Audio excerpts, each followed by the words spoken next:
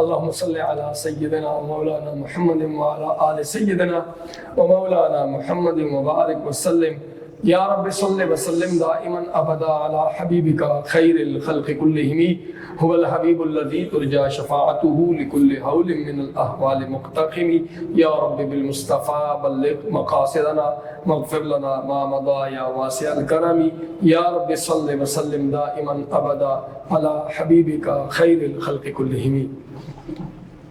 جب عشق سکھاتا ہے آداب خودآگاہی، جب عشق سکھاتا ہے آداب خودآگاہی، کھلتے ہیں غلاموں پر اسرار شہنشاہی. عطار ہو رومی ہو راضی ہو غزالی ہو، عطار ہو رومی ہو راضی ہو غزالی ہو، کچھ ہاتھ نہیں آتا بے آہ سحرگاہی. ناظرین کرام، آج کی ہماری گفتگو کا عنوان ہے نماز تہجد کے مسائل اور فضائل. ناظرین کرام، اللہ کے نبی صلی اللہ علیہ وآلہ وسلم کی سیرت طیبہ میں ہمارے لیے نور ہی نور ہے اور زندگی گزارنے کا سلیقہ بھی. اللہ رب العزت نے اسی لیے اپنے محبوب کے اسوہ حسنہ کو ہمارے لیے تقلید کے قابل قرار دیا اور زندگی کے ہر شعبے میں ہمارے لیے نمونہ حیات قرار دیا. لقد کان لکم فی رسول اللہ اسوۃ حسنہ کہہ کر قیامت تک کے آنے والے ہر شخص کو اس طرف متوجہ کیا کہ تم زندگی کے جس طبقے سے بھی تعلق رکھتے ہو، تمہارے لیے روشنی کا مینارہ حضور مصطفیٰ جان رحمت صلی اللہ علیہ وسلم کی ذات ہے. اللہ کے نبی صلی اللہ علیہ وآلہ وسلم کو معراج کا تحفہ نماز کی شکل میں ملا. حضور نبی پاک علیہ السلام پر 5 نمازوں کے علاوہ نماز تہجد بھی فرض تھی. اللہ کے نبی صلی اللہ علیہ وآلہ وسلم پر یہ فرض نماز امت کے لیے سنت ہے. اللہ کے پیارے محبوب صلی اللہ علیہ وآلہ وسلم اپنے صحابہ کرام کو بھی اس کی ترغیب دلاتے تھے.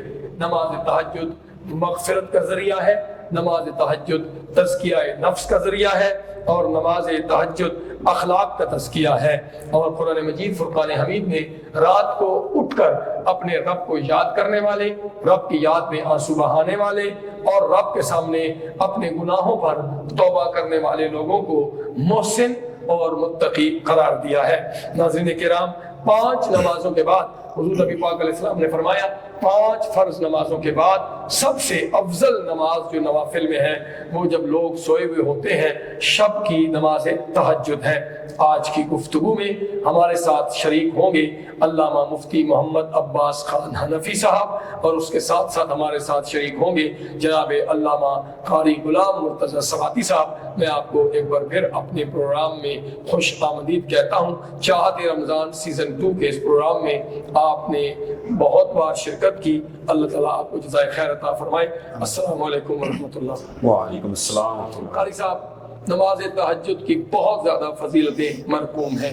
کتب احادیث میں، قرآن مجید فرقان حمید کی مبارک اور روشن آیات میں، اقوال صحابہ میں اور امت کے صلحاء کے معمولات میں نماز تہجد کی بڑی فضیلتیں موجود ہیں. آپ یہ فرمائیے کہ نماز تہجد ہے کیا؟ الحمدللہ رب العالمین والصلاۃ والسلام علی سید الانبیاء والمرسلین. نماز تہجد کے حوالے سے اگر ہم قرآن پاک کو ہی پوچھیں تو قرآن پاک بتاتا ہے امن ہوا قانت آناء اللیل، امن ہوا قانت آناء اللیل ساجدا وقائما یحذر الآخرۃ ویرجو رحمۃ ربہ. سورہ زمر کے اندر اللہ تعالیٰ نے فرمایا کہ وہ شخص جو آناء اللیل میں، رات کے کسی حصے میں، گہرے حصے میں سجدہ کرتے ہوئے اور رکوع کرتے ہوئے آخرت کے خوف سے اپنے رب کو پکارتا ہے اور اس کی رحمت کی امید رکھتا ہے. اس آیہ کریمہ میں ہمیں محسوس ہوتا ہے کہ اللہ تعالیٰ گویا نماز تہجد کی تعریف بیان فرما رہا ہے کہ نماز تہجد وہ نماز ہوتی ہے جو آناء اللیل میں ہو، رات کے کسی کونے میں، کسی حصے میں ہو، اور اس میں کیفیت کیسی ہونی چاہیے. وہ نماز کون سی نماز ہوگی جس میں انسان سجدہ بھی اور قیام بھی اس لیے کرے گا تاکہ آخرت کا خوف اس کے اندر جاگزی ہو اور وہ اپنے رب سے ہمہ وقت رجا اور امید رکھ رہا ہوں۔ تو نماز تہجد آنا اللیل کی نماز ہے۔ اس کے بارے میں اللہ تعالیٰ نے فرمایا قرآن پاک میں سورہ السجدہ میں تتجافى جنوبهم عن المضاجع يدعون ربهم خوفا وطمعا، کہ وہ میرے جو بندے ہیں ان کے پہلو اپنے بستروں سے جدا رہتے ہیں۔ اللہ اکبر۔ يدعون ربهم خوفا وطمعا، وہ اپنے رب کی عبادت کرتے ہیں، اس کی عظمت شان کا خوف ان کے دل میں محسوس ہوتا ہے اور اس کی رحمتوں کو دیکھ کے وہ طمع کرتے ہوئے اس کی بارگاہ میں حاضر ہوتے ہیں۔ اللہ نے فرمایا کہ رجال لا تلہیہم تجارۃ رجال اللہ تلہیہم تجارۃ ولا بیع عن ذکر اللہ واقام الصلاۃ وایتاء الزکاۃ یخافون ربہم یوما تتقلب فیہ القلوب والابصار۔ سورہ نور میں کہ وہ اصل مرد وہ ہے، اللہ نے فرمایا اصل مرد وہ ہے، مرد تو بہت سے ہیں لیکن اصل مرد وہ ہیں لا تلہیہم تجارہ، جنہیں کوئی تجارت اللہ سے دور نہ کرے، ولا بیع، نہ ان کی جو خرید و فروخت ہے وہ اللہ سے دور کرے، عن ذکر اللہ، اللہ کی ذکر، اللہ کی یاد سے، اللہ کی محبت سے، اللہ کے قرب و وصال کی کیفیت کو محسوس کرنے سے انہیں وہ چیز دھوکے میں نہ ڈالے۔ سبحان اللہ، بہت خوبصورت بات کی کہ آج ہر شخص اپنے آپ کو مردانگی کا اظہار کرتے ہوئے مطلب ہمیں نظر آتا ہے، اور اللہ نے جس کو مرد قرار دیا وہ کون ہے؟ جو اللہ کے خوف اور اللہ کے ڈر سے اپنی تجارتوں کو چھوڑ دیتے ہیں، اپنے معاملات زندگی کو چھوڑ دیتے ہیں۔ سبحان اللہ۔ اچھا قاری صاحب، آپ ہی سے میں یہ پوچھنا چاہتا ہوں، آپ کی گفتگو سے ہی ایک سوال نکلتا ہے کہ نماز تہجد کا وقت کیا ہے، اصل وقت کیا ہے؟ نماز تہجد جو ہے وہ رات کی نماز ہے، آناء اللیل ہے۔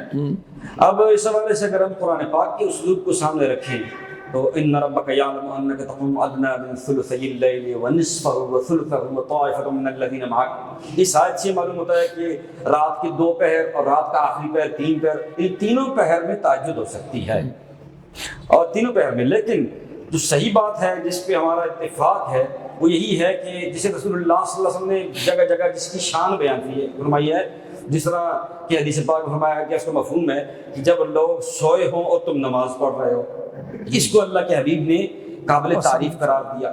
تو اس کے بعد اللہ نے بھی فرمایا کہ آپ ثلث اللیل جو ہے آپ میری عبادت کیجئے۔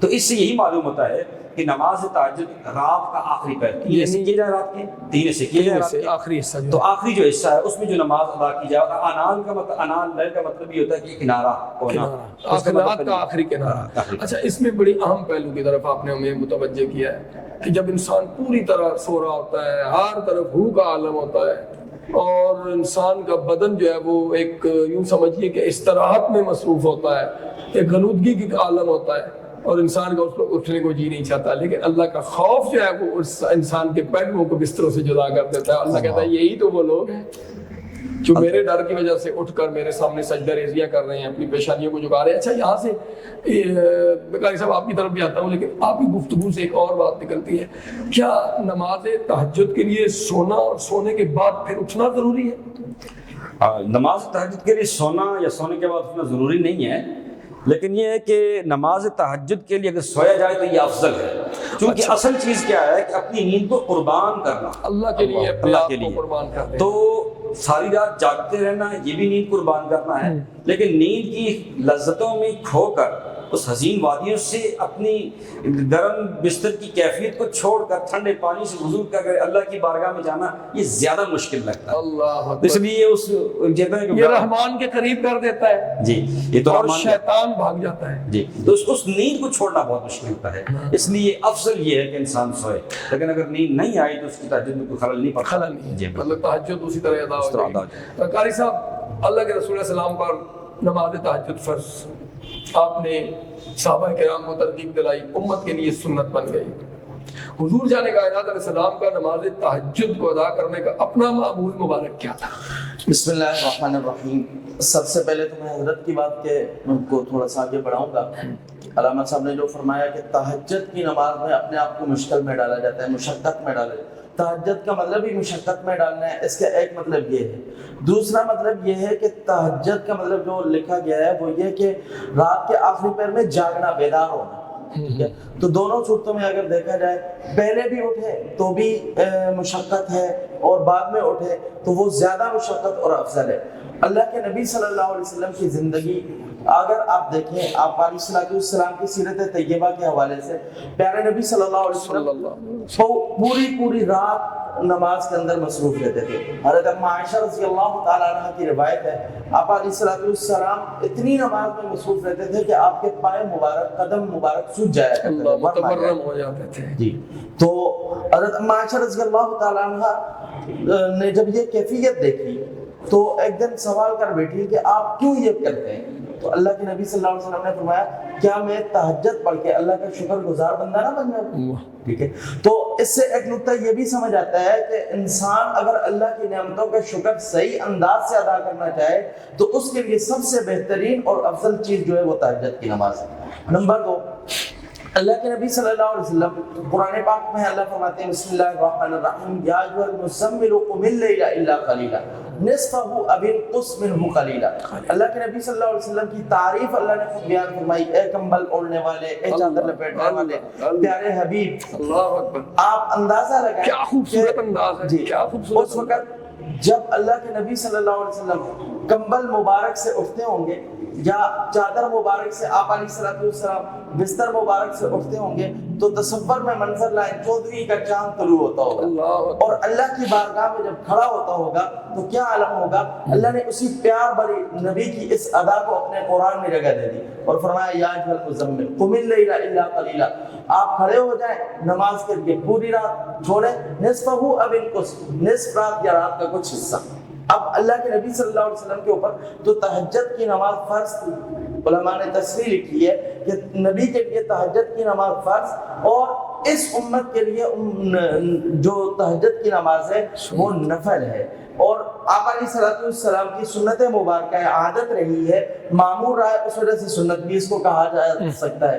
ٹھیک ہے. تو اللہ کے نبی صلی اللہ علیہ وسلم نے یہ نماز ادا فرمائی جو سمجھے کہ عاشقانہ عبادت ہے, عاجزانہ عبادت ہے, مشفقانہ عبادت ہے, رحیمانہ عبادت ہے اور قرب الہی کا ذریعہ ہے. نبی نے خود پڑھ کے بتایا جو اس پہ عمل کرے گا انشاءاللہ العزیز اس کو رب کا قرب ملے گا اور رب کی جنتیں اس کا منتظر ہیں. بہت خوب, آپ نے بہت خوبصورت پیرائے میں نماز تہجد کے حوالے سے اور حضور صلی اللہ علیہ وسلم کے معمول مبارک جو تھا اس کو بیان کیا ہے. حضرت عبداللہ بن سلام رضی اللہ تعالی عنہ فرماتے ہیں کہ جب حضور نبی پاک علیہ الصلوۃ والسلام نے جب آپ مدینہ طیبہ تشریف لائے تو سب سے پہلی جو چیز میں نے حضور سے سنی نا, حضور کے مبارک لبوں سے جو پہلی چیز عبداللہ بن سلام کہتے ہیں میں نے سنی وہ یہ, آپ فرمایا لوگوں سلام کرو, لوگوں میں سلام کو عام کرو, کھانا کھلاؤ اور رات کو جب سب لوگ سو رہے ہو تم اٹھ کر رب کو نماز پڑھو. 3 باتیں, سلام کو عام کرو, لوگوں کو کھانا کھلاؤ, خیر خائی ہے دیکھیے ذرا, اور رات کو جب لوگ سو رہے ہو تم اٹھ کر اپنے رب کی بارگاہ میں کھڑے ہو کے نماز پڑھو. اللہ کے رسول صلی اللہ علیہ وسلم نے فرمایا یہ 3 عمل کرو گے تم سلامتی کے ساتھ جنت داخل ہو جاؤ گے.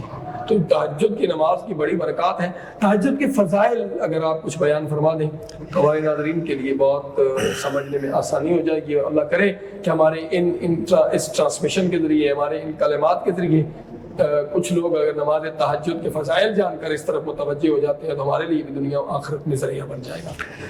حضور نبی پاک صلی اللہ تعالیٰ علیہ وسلم کا فرمان عالی شان ہے مسند احمد بن حنبل کے اندر کہ, اور روایت مسلم شریف میں بھی ہے کہ اللہ تعالیٰ نے اس کا مفہوم پیش کر رہا ہوں تہجد گزاروں کے لیے فرمایا کہ ایسے اللہ تعالیٰ نے محلات تیار فرمائے ہیں جنت میں جو بالکل جن کی آر پار نظر جاتی ہوگی. اور کس کے لیے تیار فرمائے؟ فرمایا وہ لوگ جو ہمیشہ روزوں کا اہتمام کرتے ہیں. اچھا. اور اس کے اندر جو خاص بات تھی وہ فرمایا کہ وہ لوگ جو رات کو جب لوگ سو جائیں تو وہ اٹھ کے اپنے رب کی بارگاہ میں تہجد پڑھتے ہیں. کہ ان کے لیے ایسے محلات تیار کیے ہیں کہ جن کی شفافیت کی وجہ سے نظر آر پار جائیں. سیدہ ام المومنین جناب سیدہ عائشہ صدیقہ رضی اللہ تعالیٰ عنہا سے روایت ہے کہ نبی پاک صلی اللہ علیہ وسلم جو 8 رکعتیں تہجد کی پڑھا کرتے تھے ان کے رکوع اور ان کے سجود کا وہ جو طول ہے اور وہ حسن ہے فرماتی ہیں وہ بیان نہیں ہو سکتا, اتنا حسن تھا اس میں. حضور اس عالم عجز و انکسار اور خشوع و خضوع کی کیفیت میں اپنے رب کی بارگاہ میں کھڑے ہوتے, حتیٰ کہ حدیث پاک میں ملتا ہے کہ حضور کے اندر عشق کی وہ کیفیت, وہ ایسا جذبہ معجزہ ہوتا کہ آپ کے سینے مبارک سے ایسے آواز آتی جیسے ہنڈیاں ابل رہی. تو عشق کی کیفیت تو انسان, تہجد اصل میں عشق کی نماز ہے.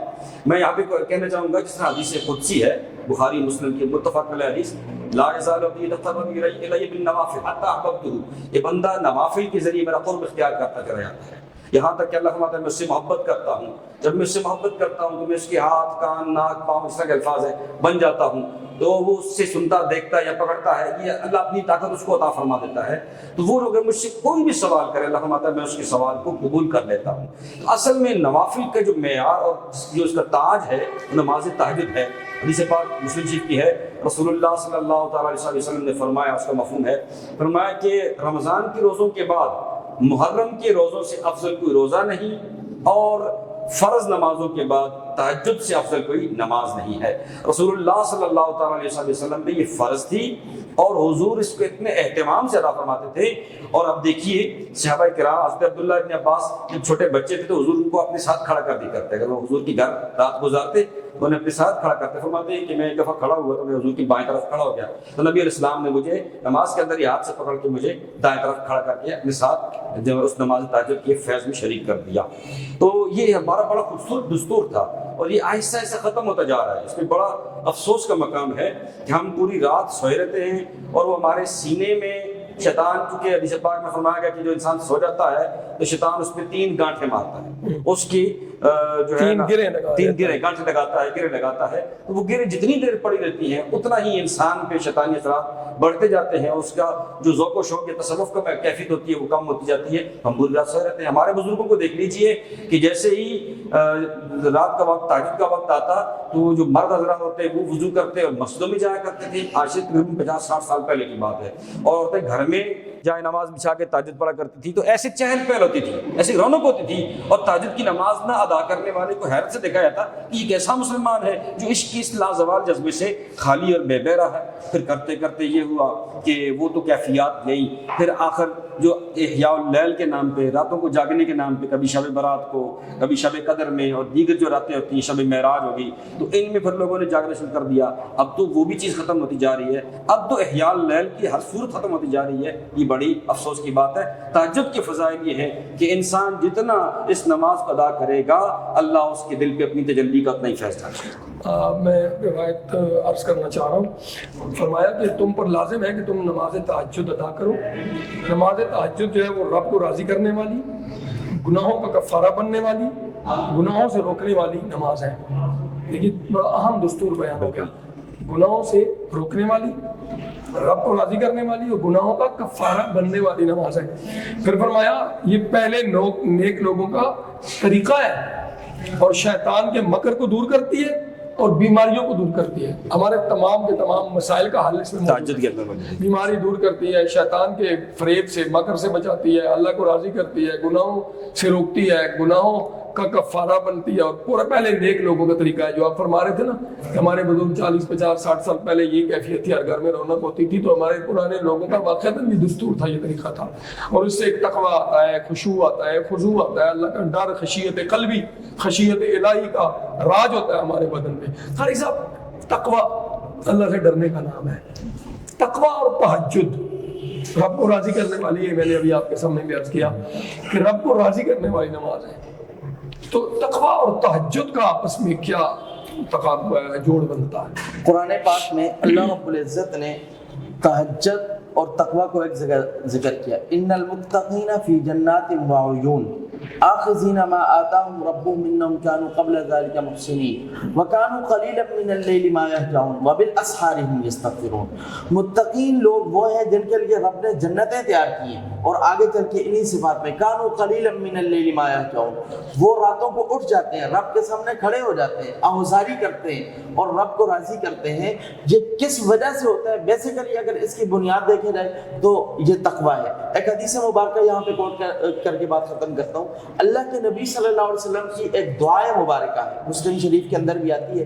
اللہ کے نبی صلی اللہ علیہ وسلم نے فرمایا اللہ اس مرد کے اوپر رحم کرے، اللہ اس مرد کے اوپر رحم کرے جو راتوں کو اٹھتا ہے، خود نہیں اٹھتا، اپنی بیوی کو بھی اٹھاتا ہے، اپنی بیوی کو بھی اٹھاتا ہے، ذمہ داری۔ جی اور پھر اگر اس کی بیوی نہیں اٹھتی، اس کو اٹھانے کے لیے اس کے منہ کے اوپر پانی کے چھینٹے مارتا ہے۔ فرمایا اللہ اس بندے کے اوپر اپنی رحمت کرے اور رحم کرے، اور اسی کے ساتھ اس عورت کے اوپر بھی رحم کرے جو اپنے خامد کو تہجد کے لیے اٹھاتی ہے۔ انتہائی قرب کا وقت، انتہائی اعلیٰ وقت، انتہائی فضیلت کا وقت، اس وقت لوگوں کو چاہیے کہ اللہ کی عبادت عبادت کی طرف بلائیں. 4 چیزیں ذکر کیا دیتا ہوں اپنی بات کو ختم کرنے کے لیے. رات کو زندہ کرنے کے لیے 4 چیزوں کا اہتمام نبی اکرم صلی اللہ علیہ وسلم کرتے تھے, ہمیں بھی کرنی چاہیے.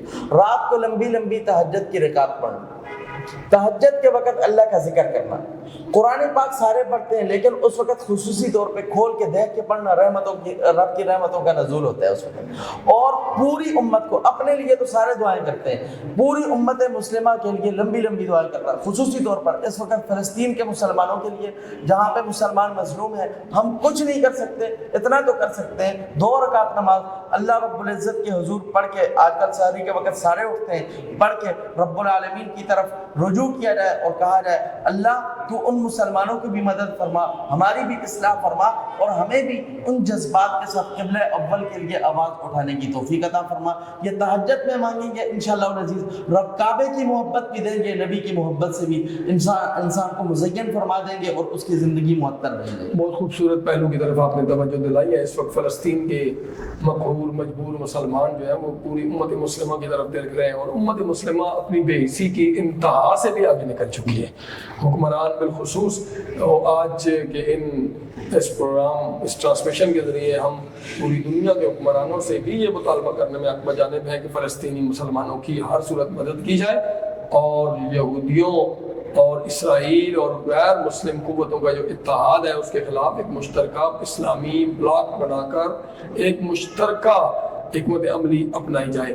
اللہ کرے ہمارے حکمرانوں کو بھی, امت مسلمہ کے حکمرانوں کی غیرت کی جاگے, ان کو بھی یہ سمجھ آئے.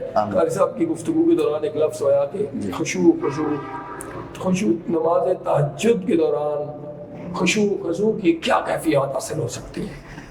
اللہ تعالیٰ نے قرآن پاک میں فرمایا بھی والخاشعین والخاشعات, کہ جو خشوع و خضوع والی مرد اور عورتیں, جس طرح حدیث پاک قاری صاحب نے سنائی, اس طرح ایک حدیث پاک یہ بھی ہے کہ نبی پاک صلی اللہ علیہ وسلم نے فرمایا, اس کا مفہوم ہے کہ جو اپنی گھر والوں کو جگاتا ہے پھر اس کے بعد وہ 2 رکعتیں پڑھتے ہیں, یہ الفاظ بھی ہیں, 2 رکعتیں پڑھتے ہیں اگر, تو اللہ اسے, یہ اگر روٹین بناتا ہے, اللہ اس کو ذاکرین اللہ کثیرا و ذاکرات میں شامل کر دیتا ہے, یعنی ہمیشہ کے لیے کثرت سے ذکر کرنے والوں میں شامل کرتا ہے. تو چونکہ اس وقت کثرت سے ذکر کیسے ہوتا ہے, کثرت کسے کہتے ہیں جس کی کوئی حد نہ ہو. اگر ریاضی کی زبان میں دیکھا جائے تو جس کی کوئی انتہا نہ ہو وہ کثرت ہے. تو ایسے کیسے ممکن ہے, ہماری جو زبان ہے, ہم ایک زبان سے اللہ کے کثرت سے ذکر کیسے کر سکتے ہیں؟ کثرت نہیں آ سکتی, کثرت حاصل نہیں ہو سکتی. تو پھر اللہ نے ہمیں کیوں فرمایا کہ اذکروا اللہ ذکرا کثیرا, اللہ کا کثرت سے ذکر کرو. تو اصل بات یہ تھی, انسان کی صرف زبان اللہ کا ذکر نہیں کرتی, انسان کا پورا وجود اللہ کا ذکر کرتا ہے. انسان کی زبان کے ساتھ انسان کا دل بھی اللہ کا ذکر کرتا ہے. جب دل اللہ اللہ کرتا ہے تو پورے خون کے اندر اللہ اللہ کی محبت کی کیفیت چلتی ہے, خون کے قطرہ قطرہ اللہ اللہ کرتا ہے. تو یہ کب ہوگا؟ جب انسان کو اللہ تعالیٰ کی موجودگی کا احساس ہوتا ہے, یعنی خشوع و خضوع کی کیفیت میں انسان کے پورے وجود میں اللہ کے ذکر کا فیض پھیلتا ہے. دیکھیے قرآن کہتا ہے اللہ نزل احسن الحدیث کتابا متشابہا مثانی تقشعر منہ جلود الذین یخشون ربهم ثم تلین جلودهم وقلوبهم الی ذکر اللہ. جو اللہ کا ذکر کرتے ہیں ان کی جلد پہ ان کے رونگٹے کھڑے ہو جاتے ہیں, پھر ان کی جلدیں اور ان کے قلب اللہ کے ذکر کے لیے تیار ہو جاتے ہیں. اس کا مطلب کہ اللہ کا ذکر جلد بھی کرتی ہے, اللہ کا ذکر قلب بھی کرتا ہے. اللہ فرماتا ہے قرآن پاک میں جگہ جگہ فرمایا الا بذکر اللہ تطمئن القلوب, زبان ذکر کرتی ہے دل مطمئن ہوتا ہے. اللہ تعالیٰ نے بہت جگہوں پہ فرمایا, اس لیے میں اس پہ تفصیلی بات ہے وہ ایک الگ موضوع ہے. تو میں عرض کر رہا ہوں کہ خشوع و خضوع کا تہجد سے تعلق یہ ہے کہ وہ تنہائی کا وقت ہوتا ہے, وہ تنہائی کا ایسا وقت ہوتا ہے جس میں انسان خالصتاً اللہ کی رضا کے لیے اٹھتا ہے, نہ کوئی دکھاوے کے لیے اٹھتا ہے. اور وہ ویسے بھی چونکہ فرض نماز نہیں ہے, وہ بوجھ نہیں سمجھتا انسان, بلکہ اپنی طرف سے احسان کر رہا ہوتا ہے. اس لیے ہمارے فاضل محترم نے آیت پڑھی انہم کانوا قبل ذلک محسنین, کہ وہ محسن تھے, اور احسان کو اللہ نے فرمایا کہ اس لیے محسن تھے کہ وہ رات کو کم سوتے اور اپنے رب کی عبادت کیا کرتے تھے. تو اس کو اللہ نے احسان قرار دیا ہے. تو اس احسان کی کیفیت میں انسان کا پورا وجود اللہ اللہ کرتا ہے. تو اس لیے تہجد جو پڑھے گا وہ شخص, وہ کبھی بھی خشوع و خضوع سے محروم نہیں رہ سکتا, اور اس کا پورا وجود اللہ کی موجودگی کا اور اس کی محبت کا, اس کی چادر رحمت کا احساس کرے گا. اس لیے یہ تہجد اور خشوع و خضوع کا انتہائی اہم تر. بہت شکریہ جزاک اللہ. ڈاکٹر صاحب وقت ہمارے پروگرام کا ختم ہو گیا, ہونے والا ہے. نبی پاک صلی اللہ علیہ وسلم کے اعمال مبارکہ کیا ہوتے تھے تہجد کے وقت میں؟ مختصراً جواب دے دیجیے. نبی اکرم صلی اللہ علیہ وسلم تہجد کے وقت میں نے پہلے ذکر کیا کہ لمبی لمبی رکعت پڑھتے تھے, اور تہجد کے وقت زیادہ طویل صورتیں پڑھتے تھے. اس میں کبھی یہ بھی ہوتا کہ آپ علیہ السلام تھوڑی بلند آواز سے تلاوت کرتے، جب پاس کوئی نہیں ہوتا تو تلاوت بلند آواز سے کرتے تھے، اور جب پاس اگر کوئی ہوتا آرام کر رہا ہوتا تو آپ صلی اللہ علیہ وسلم آہستہ آواز سے تلاوت کرتے تھے۔ گویا اس سے ایک چیز یہ بھی ثابت ہو سکتی ہے کہ قرآن پاک اس وقت نماز کے اندر بلند آواز سے بھی پڑھا جا سکتا ہے اور آہستہ آواز سے۔ اسی طرح استغفار کی کثرت، آپ صلی اللہ علیہ وسلم معصوم ہیں اور آپ صلی اللہ علیہ وسلم کے تمام انبیاء معصوم، لیکن اس کے باوجود استغفار کی کثرت کیا کرتے تھے۔ ہمارے لیے رہنمائی اس میں یہ ہے کہ ہم زیادہ سے زیادہ استغفار کریں، استغفار کو اپنا معمول بنائیں۔ کیوں؟ فَقُلْتُ اسْتَغْفِرُوا رَبَّكُمْ إِنَّهُ كَانَ غَفَّارًا يُرْسِلِ السَّمَاءَ عَلَيْكُمْ مِدْرَارًا۔ یہ اللہ رب العزت نے استغفار کی تمام فضائل کے اندر یہ چیز بھی بیان کی کہ اللہ کی رحمتوں کا حصول استغفار کے ذریعے سے ہوگا، نعمتوں کا حصول استغفار کے ذریعے سے ہوگا، مغفرتوں کا حصول اگر کوئی کرنا چاہے تو استغفار کے ذریعے سے ہوگا، دنیاوی اسباب مال ذریعے کے جتنے ذرائع ہیں وہ سارے کے سارے استغفار کے اندر پوشیدہ ہیں۔ تہجد کا ایک بہترین عمل جو اس وقت ہے وہ استغفار کرنا ہے اور ذکر کرنا ہے، جیسے حضرت نے بھی فرما دیا، اور ساتھ ساتھ دعائیں کرنا ہے۔ اللہ رب العزت عمل کی توفیق عطا فرمائے۔ ناظرین کرام، ہمارے وقت کا پروگرام ختم ہوا چاہتا ہے، انہی الفاظ کے ساتھ اجازت چاہتے ہیں۔ السلام علیکم ورحمۃ اللہ وبرکاتہ۔